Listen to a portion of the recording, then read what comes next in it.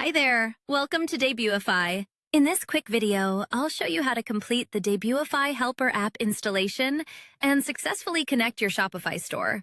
Once you're logged in, you'll see the onboarding page. The first step is to integrate your Shopify store.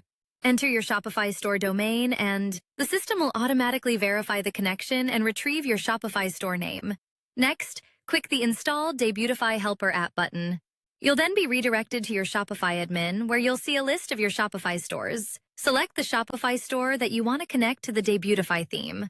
After selecting your store, you'll be redirected to the Shopify app installation page. Click Install App to complete the installation of the Debutify Helper App.